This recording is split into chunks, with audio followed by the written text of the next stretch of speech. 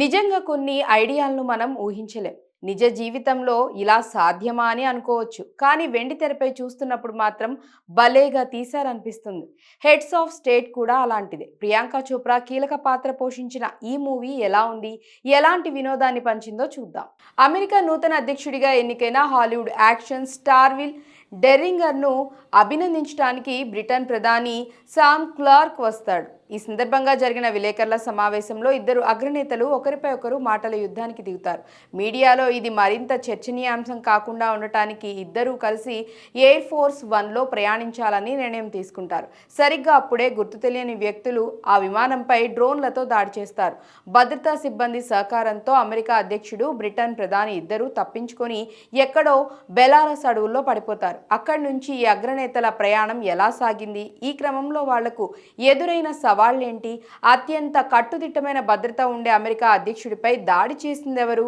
Spain అటాక్లో చనిపోయిందనుకున్న MI6 agent Noel ఎలా ప్రాణాలతో బయటపడింది?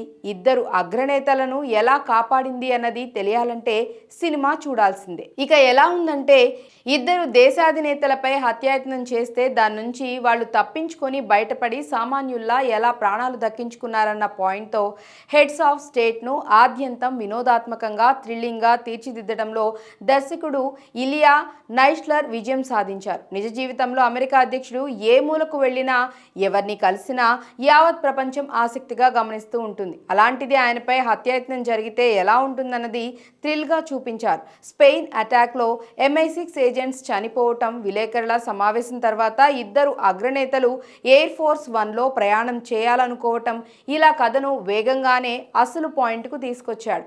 విమాన ప్రమాదం నుంచి ప్రాణాలతో బయటపడిన నేతలు ఎలా కలిసి ముందుకు వెళ్లారన్న అంశాన్ని ఆకట్టుకునేలా చూపించారు. ఈ క్రమంలో ఇద్దరి మధ్య జరిగే చర్చ, ఒకరిపై ఒకరు సెటైర్లు వేసుకోవటం నవ్వులు పంచుతాయి. బెలారస్లో సేఫ్ హౌస్కు చేరుకున్న వీళ్లపై మళ్ళీ అగంతకులు దాడి చేయటం, ఈ క్రమంలో వచ్చే యాక్షన్ సీక్వెన్స్ థ్రిల్ పంచుతాయి. చనిపోయిందనుకున్న MI6 ఏజెంట్ నోయల్ రాకతో కథనాలు మరింత పరుగులు పెడతాయి. అసలు ఈ కుట్ర వెనుక ఎవరున్నారనే విషయాలను తెలుసుకుంటూ ముగ్గురు ముందుకెళ్లటం, మధ్య మధ్యలో జరిగే అటాక్లను ఎదుర్కోవడం వంటి సన్నివేశాలు ఆకట్టుకుంటాయి. ముఖ్యంగా అమెరికా అధ్యక్షుడిగా కార్ బీస్ట్తో చేసే చేజింగ్ సీక్వెన్స్ సినిమాకే హైలైట్. క్లైమాక్స్ను కూడా ఓ హై వోల్టేజ్ యాక్షన్ సీక్వెన్స్తో ముగించారు. ఇక ఎవరెలా చేశారంటే, అమెరికా అధ్యక్షుడిగా జాన్ సెనా, బ్రిటన్ ప్రధానిగా ఇంద్రిస్ ఎల్బా తమ నటన, హాస్యం, యాక్షన్తో అదరగొట్టారు.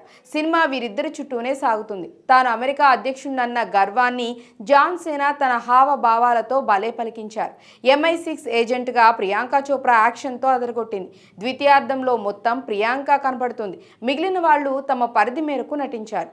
సాంకేతికంగా సినిమా చాలా బాగుంది. సినిమాటోగ్రఫీ, ఎడిటింగ్, నేపథ్య సంగీతం అన్నీ బాగా కుదిరాయి. హారిసన్ క్వేరీ రాసిన స్టోరీని దర్శకుడు ఇలియా నైష్లర్ అలరించేలా తీర్చిదిద్దాడు. మరి ఈ సినిమాను కుటుంబంతో చూడొచ్చా అంటే ఎలాంటి ఇబ్బంది లేకుండా చూడొచ్చనే చెప్పాలి. అమెజాన్ ప్రైమ్ వీడియోలో తెలుగు ఆడియోలోనూ అందుబాటులో ఉంది. చివరగా స్టేట్స్ ఆఫ్ హెడ్ ఓ థ్రిల్లింగ్ యాక్షన్ ఎంటర్టైనర్.